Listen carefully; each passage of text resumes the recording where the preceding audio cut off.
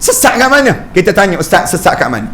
Saya nak berkongsi sikit supaya kita tak jadi kosong, supaya jangan ada orang batu tiga ni bila meninggal dunia masuk dalam kubur tiba-tiba kosong amalan menghadap depan Allah.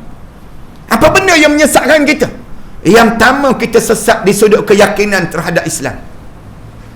Orang kita lagi tua lagi tak yakin dengan Islam. Dia jadi lagi tua lagi longgar kita dengan Islam. Kita pergi yakin dengan apa? Yakin dengan duit kita dah. Kita mulai yakin dengan apa dia, pengaruh kita dah. Kita mulai yakin dengan hidup kita, dengan kekuasaan kita dah. Kita yakin dalam diri kita, kita mempunyai kuasa di saat mana kita semakin berusia dalam hidup kita. Yang ni paling bahaya dalam hidup. Jangan tuan-tuan, hidup ni yakin hanyalah untuk Islam. Keyakinan hidup ni hanya dengan Islam. Wala tamutunna illa wa antum muslimun. Jangan biarkan kamu mati kecuali saat mana kamu mati kamu benar-benar seorang muslim dalam hidup kamu. Jangan berubah keyakinan terhadap Islam dalam semua sudut. Saya nak sebut demikian, dalam semua sudut dalam hidup kita ni. Jangan nampak sudut yang hanya dalam hidup kita dalam bab semayang, bab ibadah saja. Yakin dalam Islam ni semua sudut, dalam bab ekonomi Islam. Jangan cari selain daripada ekonomi, selain daripada Islam. Orang kita bila dia pergi ke jumpa dengan pegawai bank, dia nak buat loan ke, nak buka akaun ke, pegawai bank tanya, kamu nak buka akaun cara Islamik ke cara konvensional?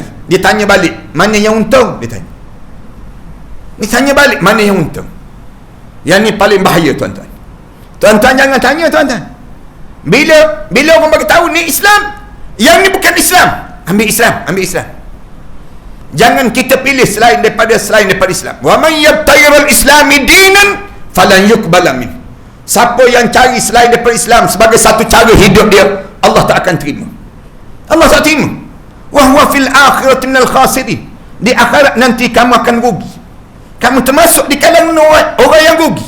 Kenapa? Kamu biarkan diri kamu sesat dalam kehidupan kamu. Ada orang kita tak yakin dengan ekonomi Islam. Ada orang kita dia sebut, saya ustaz Islam, saya terimalah dalam bab semayang puasa, tapi bab dalam politik saya tak boleh terima politik Islam. Politik mana ada ustaz? Politik suku, agama suku. Bahkan dia nasihat pula pada kita, ustaz tak payah terlibat dengan politik lah.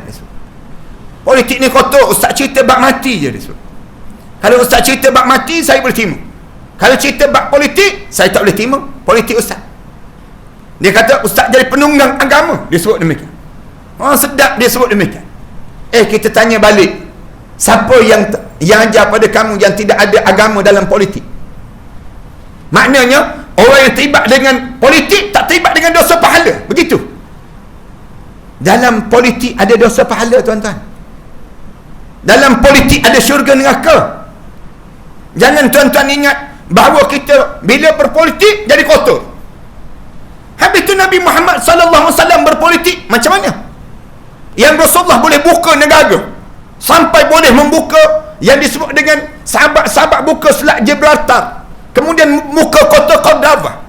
Sampai 800 tahun Islam merintah di Spain tersebut. Sampai peringkat Islam boleh buka pula kota Constantinople.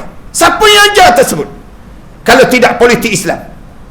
Sampai pada kita pada hari ini, yang kita merdeka hari ini, kalau tidak kerana politik Islam yang dibawa oleh Tok Janggut, yang dibawa oleh Datuk Bahaman, yang dibawa oleh Tok Naning sebelum daripada ni, mana mungkin kita dapat merdeka pada saat ini? Datang puak nasionalis mengaku saja, datang pergi berjumpa dengan British dengan tujuan untuk nak sebut kamu keluar daripada negara kami, katanya mereka sebut. Lalu katanya mereka ini, Britain itu bagi tahu kami boleh keluar dengan syarat kamu kena kekalkan perlembagaan yang telah kami susun pada negara kami. Kita disusunkan sampai hari ni perlembagaan kita, perlembagaan LORAD. Saya nak sebut pada tuan-tuan, ni kalau tidak politik, politik apa ni yang sedang berlaku? Ni politik ni panggil. Dalam hidup kita, hidup mesti ada politik Islam. Jangan cari selain politik Islam. Siapa yang cari selain politik Islam, menyesal tak sudah dia. Bila menyesal? Dekat nak mati. Dekat nak mati nanti tak boleh mengucap. Tuan-tuan tak boleh mengucap, tuan-tuan. Bila dekat nak mati je, syaitan ni datang menyamar menjadi arwah ayah kita. Sebij muka arwah ayah. Sebut ada kita, anakku, jangan mati dalam Islam. Ni abah mati dalam Yahudi. Kalau kamu nak selamat, kamu mati dalam Yahudi. Kita cuba mengucap juga, dia datang sebelah kiri kita pula, menyamar menjadi arwah ibu kita. Sebijik muka arwah ibu kita, goyang buah dada ni. Anakku, jangan mati dalam Islam. Mati bersama dengan Ummi. Ni buah dada ni pernah menyusukan kamu waktu mana kamu kecil-kecil dahulu. Jangan mati dalam Islam. Mati bersama dengan Ummi. Ummi mati dalam Kristian. Kalau kamu nak selamat, kamu mati dalam Kristian.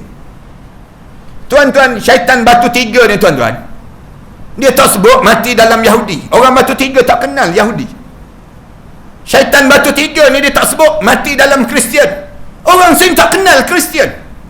Tapi tuan-tuan percaya, dekat nak meninggal dunia nanti, syaitan tu datang menyamar menjadi arwah ayah kita. Dia sebut terus, anakku, matilah bersama dengan abah. Abah mati dalam Islam liberal, disebut demikian.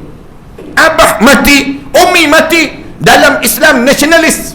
Ummi mati dalam Islam sekularis. Lalu kita dengar Islam juga ni, mati je lah, dia sebut demikian. Akhirnya kita mati dalam keadaan yang tak beriman dan kita tak yakin terhadap Islam. Ni yang pertama yang terjadi dalam hidup kita. Tuan-tuan, jangan terlibat dengan perkara demikian. Dan Islam ni, bila kita sebut Islam, udkhulu fis silmi kafah. Ambil semua Islam. Jangan ambil separuh dan kufur separuh yang lain. Saya terima Islam dalam bab politik, saya terima Islam dalam bab ekonomi, tapi saya tak boleh terima Islam dalam bab hiburan. Sebut demikian. Orang kita tolak hiburan Islam. Orang kita, dia boleh menafikan hiburan Islam. Kita sebut tak? Sebut Islam, semua ada. Dalam Islam ni, ma farratna fil kitabi min syai'. Tak ada satu pun yang tidak diajar oleh Allah dalam Al-Quran Karim dan hadis Rasulullah sallallahu alaihi wasallam. Sampai nak masuk tandas pun diajar dalam Islam. Sampai keluar tandas pun diajar. Sejak daripada kita bangun sampai kita tidur balik, kita dengan Islam.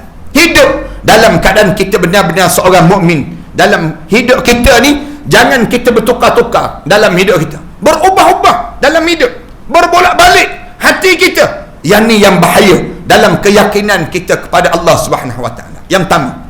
Yang kedua, kenapa jadi kosong? Yang kedua, kerana kita tak jaga ibadah. Tak jaga ibadah dalam hidup kita. Yang pertama, tak jaga keyakinan. Yang kedua, yang menyebabkan kita tak merdeka bila masuk dalam kubur tu, punca tak jaga ibadah. Ibadah apa yang kita tak jaga? Solat. Solat. Betul-betul terang, ayah-ayah, ibu-ibu, cuba kita tanya diri kita, sejak kita solat ni, berapa kali dah kita boleh mengalir air mata dalam solat kita? Semenjak kita solat ni, berapa ramai di kalangan kita berebut datang sahf yang pertama dalam solat kita. Berebut. Tiap-tiap hari datang berebut sahf yang pertama. Sejak kita solat ni, berapa kali dah kita rukuk, dalam rukuk kita ni menitik air mata. Menitik air mata. Jatuh air mata kita. Berapa kali dalam solat kita, waktu mana kita solat, basah tempat solat kita kerana kita menangis, teresak-esak takut pada Allah. Saya rasa kita ni, kita kata, Ustaz, saya tak pernah demikian. Kenapa tak pernah? Kenapa kita tak pernah? Tak boleh rasa sedemikian rupa. Jawabnya kerana dalam hati ni terlampau besar dunia dan terlampau kecil akhirat. Bila dunia ni besar, akhirat kecil, tak rasa apa-apa. Tak rasa apa-apa. Imam bacalah semerdu mana pun, sesedap mana pun. Kenapa kita tak boleh mengalir air mata? Orang Arab kan, saya solat, waktu mana ingat, saya belajar di Universiti Al-Azhar, semayang di Masjid Amr bin As, sahabat Rasulullah. Masjid Amr bin As ni, sahabat Rasulullah. Yang tu imam Syekh Jibril. Syekh Jibril, bukan malaikat Jibril, Syekh Jibril. Solat dengan Syekh Jibril, Syekh Muhammad Jibril tu, malam 27 Ramadan, datang semayang tarawih tu, 1 juta orang semayang tarawih. Allahu Akbar. Semayang nak dapat sah dalam masjid, saya datang pukul 10 pagi, dapat sah yang ke-8. Dapat sah yang ke-8, 10 pagi nak semayang tarawih malam. Orang berebut malam 27 Ramadan, berebut waktu solat. Tunggu sampai dah berbuka puasa kat situ. Kemudian sampailah solat pada malam tersebut, dibaca ayat-ayat lazim je. Sabbihisma rabbikal a'la, abasa wa tawalla. Dia baca ayat-ayat lazim. Tapi yang duduk sebelah saya ni, makmum ni, menggotar ni, dengar ayat. Bila baca abasa wa tawalla an ja'ahul a'ma amma yatasaalun, menangis. Bila baca sabbihisma rabbikal a'la alladhi khalaqa fasawwa walladhi qaddara fahada, sampai illa ma sya Allah tu, bum, tumbang ke depan. Takutnya pada Allah. Bangun mingkah, bangun balik, Allahu Akbar, bangun semayang balik. Kita tumbang juga, tertidur dah rupanya. Beza kita dengan mereka kan. Kenapa orang boleh sampai tahap demikian? Ramai kita baca dalam kitab-kitab sampai peringkat mereka ni pengsan, jatuh pengsan. Bila baca je ayat Quran, pengsan, takut. Ni dalam tempoh, dalam peristiwa PKP kita, ramai mana orang-orang yang hati dan perasaan dia dengan Allah tu kuat, sampai peringkat tutup imam. Bila dia jadi imam, dia seorang saja jadi imam, dengan berimamkan pada Bilal di masjid, menangis esak-esak dia. Ramai mana Bilal bila dialunkan azan, menangis Bilal. Ramai mana pakcik-pakcik yang ada hati dan perasaan dia dengan azan tu, dia datang ke masjid, datang bergayut di pintu-pintu pagar masjid tu, goyang pintu pagar masjid. Ya Allah, kenapa kamu tutup pintu-pintu rumah kamu saat ini ya Allah? Kenapa? Adakah kerana dosa-dosa kami ya Allah? Baca doa kepada Allah, minta dengan Allah, meluruk turun, menangis esak-esak. Ya Allah, walaupun pintu rumah kamu ditutup, janganlah kamu tutup pintu rahmat kamu untuk kami ya Allah. Menangis ni sampai habis je azan tu, duduk saja di pagar tersebut, menangis esak-esak. Kenapa kita tak boleh? Kenapa kita tak rasa demikian? Orang kita bila diumumkan tak payah datang mayang berjemaah di seorang masjid, dia kat rumah pula bersorak-sorai. Dia kat rumah pula dia. Tak rasa langsung perasaan ni. Kenapa? Kerana dunia kita besar kan, akhirat kita kecil dalam hati kita. Solat kita tak pandai nak jaga. Bila solat tak ada dalam beribadah, masuk dalam kubur, kosong terus amalan. Solat ni dipanggil awwalu yuhasibu indallah yaumal qiyamah. Amalan yang pertama yang akan disoal oleh Allah di hadapan Allah nanti.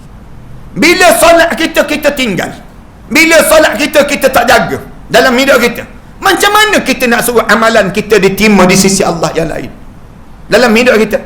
Maknanya solat kena jaga.